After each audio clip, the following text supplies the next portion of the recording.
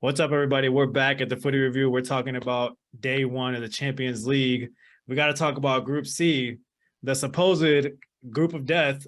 Bayern, Supposed, I think it's well established. Barca, Inter, Victoria Plzn. I don't know. Barca wasn't sweating today. No, I'm just playing. I know it was against Victoria Plzn.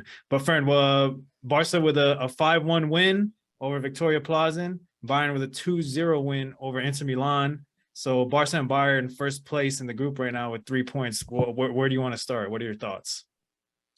Um, Dude, I don't know how I feel about this game against Victoria because it's honestly, it may be the best performance I've seen so far from Barca. You It's got to also against consider the competition, though. it's also against Yeah. Victoria Plzn or Pilsen or whatever, however you pronounce it.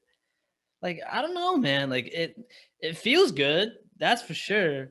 But it's still it's a good way to get the ball rolling for sure. 3 points, sign seal, deliver easy. But it's one of the best performances I've seen from this Barca team. Um, and I really like at least it makes me feel like I really like the depth we have. But again, the competition you're going against, that has a lot to do with it. So, you know, who knows who Victoria can be compared to? I really don't. I mean, Victoria, they play in the Czech Republic. I know no Czech teams. I know no teams that I could compare them to, uh, where they stand in their league, if their league has high competition or not. I've never watched a Czech Republic game. Um, they're but I t- don't they're know. tied for first in the Czech league right now. Okay, well, I mean, yeah, they made it to Champions League, so they did something right. Yeah. But we don't know the level of competition there. But that being said, I thought that it was the best performance I've seen so far from Barca, um, especially coming from a lot of their non-starters. And I think that's kind of the first thing that stands out to me is that it shows the players that for Xavi are, maybe not irreplaceable just because, you're going to have to rotate at some point, but the players that he wants there no matter what in the moments where he, you know, knows he needs victory because the only true starters there that we've seen consistently this season are Pedri, Lewandowski, and Dembele. And, that says in my head that says a lot Yeah, for this won't be what the he lineup thinks. against Bayern. Yeah, it's like, Exactly, but it yeah. says a lot about what he thinks about these players. Hmm. Um, and I'm actually surprised that Lewandowski was on there for 90 minutes. I was sure that he was going to get subbed off after the hat trick. Bang the Um, Hattie. I was sure he was going to get subbed after the hat trick, um, because why wouldn't you? He got the hat trick. The game is sealed. So why keep him on? The only thing I can think of is that he's going to take a chance and maybe try to rest him against Cadiz. But at the same time, I don't know. He's our biggest, main, and kind of, I wouldn't say only, but most prolific goal scorer by a long shot. And having a number 9 at Barca finally, regardless if it's Lewandowski at 34. That's the other thing. He's 34, so I'm really surprised that he was there for 90 minutes. Um, you know, it's truly made such a big difference, but he is 34, so he's not going to be there long term. So at some point, we're going to have to figure out another way to get someone else in there to score these goals. But, what do you think? I think, like you said, you can't really draw any conclusions from this game for Barca because of the team that you were playing against. Is not a very competitive team. However, Barcelona was supposed to beat up on this team, and they did. Yeah. So I mean, so that's a positive, and also Lewandowski is on freaking fire. I also think it's strange that Lewandowski stayed on the full 90 minutes. The only thing I could possibly think of is that It's still very early in the season. I don't think Lewandowski's legs are giving out yet. And also, he probably will rest versus Cadiz. And I think he just wants him to stay on fire, like for the Bayern game, which is next week. Because after the Bayern game, there's just one more game in La Liga, and then it's international break, and there's not going to be games for 2 weeks. So I think he's just like maybe Xavi's just trying to keep him hot right now. But it is a risk. You're playing with fire if you keep a dude out, all 90 minutes in a game that's done and dusted really early in the game. I also agree with you though that the only true starters that started this game are Dembele, Lewandowski, Pedri. I think Koundé, I would consider him a true starter, but this is the first time that he started in the center back. Ter Stegen, Yeah, obviously. I think we just on The last episode, on the last episode, yeah, I think I said that I think the center back pairing is going to be Araujo and Koundé. Yeah. So, but I mean, it's there's not really much you can say about this one other than the fact Lewandowski is probably the best 9 in the world. Dembele is on freaking fire. He's playing on a different level. And Barca beat up on a team they were supposed to beat up on. So honestly, Yeah. Victoria Plzn will be lucky to get a single point from this group, if we're I being agree. honest. Honestly, I agree. And we'll move on to the other game in a second of this group. But I don't know. The reason that, I came away from this game feeling, pretty good is that even with I don't want to call it our B team because, even with the players on the field, it's still a strong squad. And some of these players are called upon almost every game. Players like, Ansu Fati always comes on, De Jong always comes on, Kessie almost always comes on. It did look a little different though on the field. With these players on the field, it was a different dynamic from Barca. I don't know exactly how to explain it. I think that it's very clear that Roberto was just in there as a rotation player because he came off at half. And I truly don't understand why he's still on the team. If this is what you kept him for, you could have made a lot of money on him like a couple years ago. And But he scored the winning goal against PSG like 12 years ago. Yeah, fuck that dude. Like, I don't care about that. Like, even though he did that, literally, I'm pretty sure after the he game, milked it. I'm pretty milked sure it. even after the game, I was like, "Yo, I'm so happy he did that. Now go sell him." Like don't keep him. Like I he don't. made a career out of that. The point is, if this is what you've kept him so long for, what was the point? Right. But like even as a right back, he comes and I don't even know if he does this on purpose, but he is out of position constantly. He always finds himself in the middle of the field, which I guess in terms of build-up play gives you another player to play off of in the middle, which at times was good. But on the defensive side, that right wing was very exposed, and that's where the goal came from. That Victoria even scored. Roberto was nowhere to be seen with his stupid white hair, and like it's like, what do you do? Like Kessie was a de facto right back for like in total maybe like 20-30 minutes of the game. Kessie was right back. De Jong was almost he was playing that holding role, and he was almost a center back because Koundé or Christensen had to go cover on the right side. It's just I don't get what Roberto's still doing there. Like, why is he's just a detriment to the team? If you're going to play him somewhere, you have to play him in the middle. And if there was ever a time to do that, it was years ago. Not now. Not with the players we have, especially after the money we've spent on the midfield. So it's just I don't think there's really a place for him other than, if someone gets hurt or literally we have no one to play right back, including the center backs, because it's clear that when the whole back line is healthy, he'd rather have a center back in that right back role than Sergio Roberto. So I don't know. I can't wait till Barca offers him another 5-year extension. And they will. And they will. And they will. And he's a captain and he's a bench warmer. Like the only reason he's a captain is because he's been there for so long, but I don't think he deserves it. I've never seen him lead anything.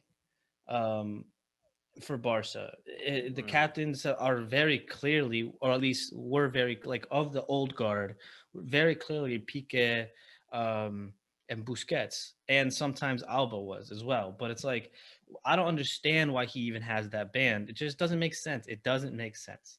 But I'm not here to rant about Roberto. Yeah. Um, The Roberto saga continues. I wanted to get your thoughts on two players from Barca. What do you think about Kessie and Fati's performance? I like them both. Um, I like them both. Again, um, it's hard to gauge when you're going against a team like Victoria. So, but I like them both. I think Fati has had a lot more opportunity to show what he can do He almost over scored. this Yeah. over the season. And yeah, he's still, he doesn't look like he's slowed down. Uh like the injury hasn't affected his speed. He's still very technical. I think if anything, the one thing that still shows, and this was an issue before the injuries, he still needs to get his finishing boots on. Not that he didn't have some good chances and some good shots, but he also had some opportunities where the ball just kind of glances off his foot and goes in the wrong direction, and it looks pretty bad. But I think he's a great option to have for Barca. He plays well off of Lewandowski, off of Dembele. I think he has. It looked like he had a pretty good rapport with Jordi Alba today. I mean, I know Jordi Alba isn't, the starting left back anymore, but I think he makes the right runs. He kind of knows what he needs to do on the field. I think he's a good player. And when it comes to Kessie, I was actually surprised that De Jong was the one that ended up in the holding role. But it kind of looked like I told you. they both were kind of doing that because I think they're like Pedri is clearly the advanced midfielder in that trio. yeah, yeah, And then I yeah. think De Jong and Kessie like will both have the opportunity. Like if they have a chance to push up, the other one will hold back and vice versa. Right, but I mean, today they kind of both were on cleanup duty because of goddamn Roberto. But, but no, yeah. So it seemed like they were both kind of on cleanup duty, and there were times where it looked like, and again, it's Victoria, so there were times where it looked like they were playing kind of a back three with De Jong kind of being like kind of the center back, but a little bit more pushed up because Alba was up the field, Roberto was God knows where, and um, but yeah, it was an interesting game to watch because they did look like they played like a different team than they have been, and I mean it looked great, but I think it's a little tough to make any judgment off this game because they did what they were supposed to do. They looked like they were supposed to look. I'd be interested to see them play a better team with a similar squad. I think that And they would be will. Oh, yeah, you mean like with this the starting lineup for this team? yeah. Okay. That's what I Well, mean. yeah, like this team won't start against Bayern. The one thing I wanted to say though is I think And even Dembele had to cover it right back sometimes. the one thing I want to say about Fati is that especially with games coming so like thick and fast and all the time, he's going to be able to eat in games like this where it's a quote unquote easier opponent, and then and in Sorry, game who'd you say? Fati. Oh yeah. And then in the big games, you already know he can come off the bench and make an impact. He's done that multiple times already. So, but we got to get to this Inter Bayern game, unless you So, were and what. that's the other thing. I mean, I had some, other notes, but we can move on because I think there's, you can get whatever you want to get from this game with Barca and Victoria. It was just, praise for the younger players, and I think having a younger squad makes such a big difference because the hustle and tenacity that these players show is just it's so apparent versus the old guard when we kind of just had a bunch of 30-year-olds on the field or 29, 30, 31s and older. I mentioned last week or on Saturday Gavi created that last goal because he was winning the ball back. Today, even though Dembele was getting selfish again on the ball for that last goal or for the third goal, You know, he loses the ball, hustles to get it back, slide tackles, great service into the box, and then it just gets tapped into the net. So that was cool to see. Um, I kind of had my I've been confused about De Jong's role because he always seemed when he came on to be kind of playing as a second striker. But yeah, he played the holding role very well today. So no real complaints. So I think that's pretty much that on Barca. Yeah, But you know, like on again, job done. You were supposed to smack them, and you did. So yeah, and again, you know, I don't want to read too much into the game and their performance, even though I'd love to. But you know, it's yeah, tough. It's tough against a bring good on Man team. City now. Yeah, exactly. Yeah, exactly. All But right, you know, on the other side of this group was Bayern and Inter, and I was watching that game a little more closely than the other ones that I was watching, same here. and just because you know, and you know, it still makes me a little nervous because that game was high tempo for a lot of the game. It was a lot of back and forth. I think Bayern was clearly the better team. They had an answer for almost everything that Inter threw at them, and you know their attack is still very dangerous. You know that ball over the top for the first goal to Sane. Sane is incredibly fast, and he's got a great touch. And Barca is known to like playing a bit of a high line, so that makes me a little nervous. Even with these, you know, young players, they kind of go on the press a little bit more often than they used to, and so if they get cut out with one of those balls over the top, or you know, a ball down the line, and they're just not ready for it, you know, they'll get punished because Bayern, for as you know many changes as they've made over the years, they're still Bayern, and they're still that great team that can always just you know punish you for any mistake. And Milan, they also had their chances. They didn't look bad. Bayern just looked better, and they have a solid team. They have a solid strike force, and you know it's nothing to. Even though they didn't get on the board, they still look good. And so I do think that looking Also, at the Inter was missing Lukaku too. sure Lukaku exactly, is and gonna that be back late September, I believe. So yeah, and that's kind of the other thing. Out of the two teams, it not that I mean I kind of felt this way before this game, but you know I feel a little more confident going against Inter than I do against Bayern. But you know we'll see, and you know we'll see if Lewandowski can turn it up against his old team. I'm glad you said that. So these are my thoughts on the game. Bayern doing Bayern things. You know, Yep, Bayern always looking Bayern's like a Bayern, baby. Bayern always when Bayern is playing well, they always look like a freaking machine. You know, like it Yep. seems like they're not giving any unnecessary space, not making any stupid mistakes, and efficient when it comes to the final third and finishing. So you know, Bayern, no surprises there. I also like the inclusion of Mane. Mane seems to be thriving, you know, and it adds more pace and another really good pressing forward to put pressure onto the other team's defense. So that will also be interesting, you know, when you have Leroy Sané and Muller and Mane pressing Barcelona's defense. How is Barca going to deal with that situation? I'm nervous about that. I gotta admit, I am nervous about that. I was a little bit disappointed with Inter. I Also, think Mane didn't have a great game. he played decent though. Like he didn't have the best game. He didn't have a bad game, but I think I you think he know was the worst of the starters. maybe. I mean, it's possible. I thought he looked okay. Not his He looked best game. I okay. thought he looked okay. All right. And I All right. also feel like Inter All right. was probably focusing on Mane a lot as That's well. probably true. Yeah. So I was a little bit disappointed by Inter. They were lacking in quality in the final third. You know, whenever they did get into good positions at sometimes, but it never really felt like they were going to score. You know, so I think if Bayern when they go against a team like Barca and you have a dude like Lewandowski, you're gonna get punished. So, and I think also if Lukaku had played in this game, it's a complete X factor just due to the physicality of his game. You can do way more different things in the approach to your attack. You can just dump balls into the box, like if you get desperate at the end of the game, because he's just a physical monster like that.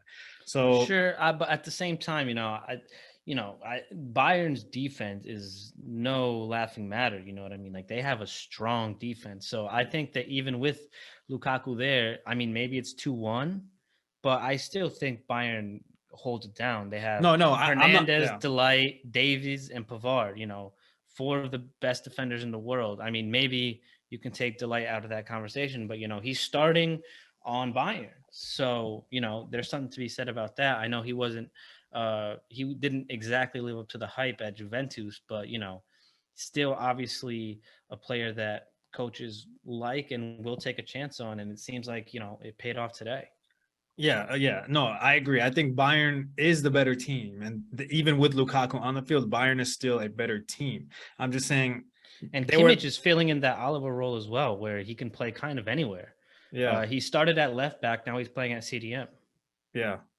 No, it's true. My only point was like I just felt Inter was lacking some quality at the front. Yeah. No, I agree with you. And if against a clinical team like Barcelona, if Dembele and Lewandowski are on fire that day, Bayern is beatable. They're beatable if you take your chances well, and if you defend well, they're beatable.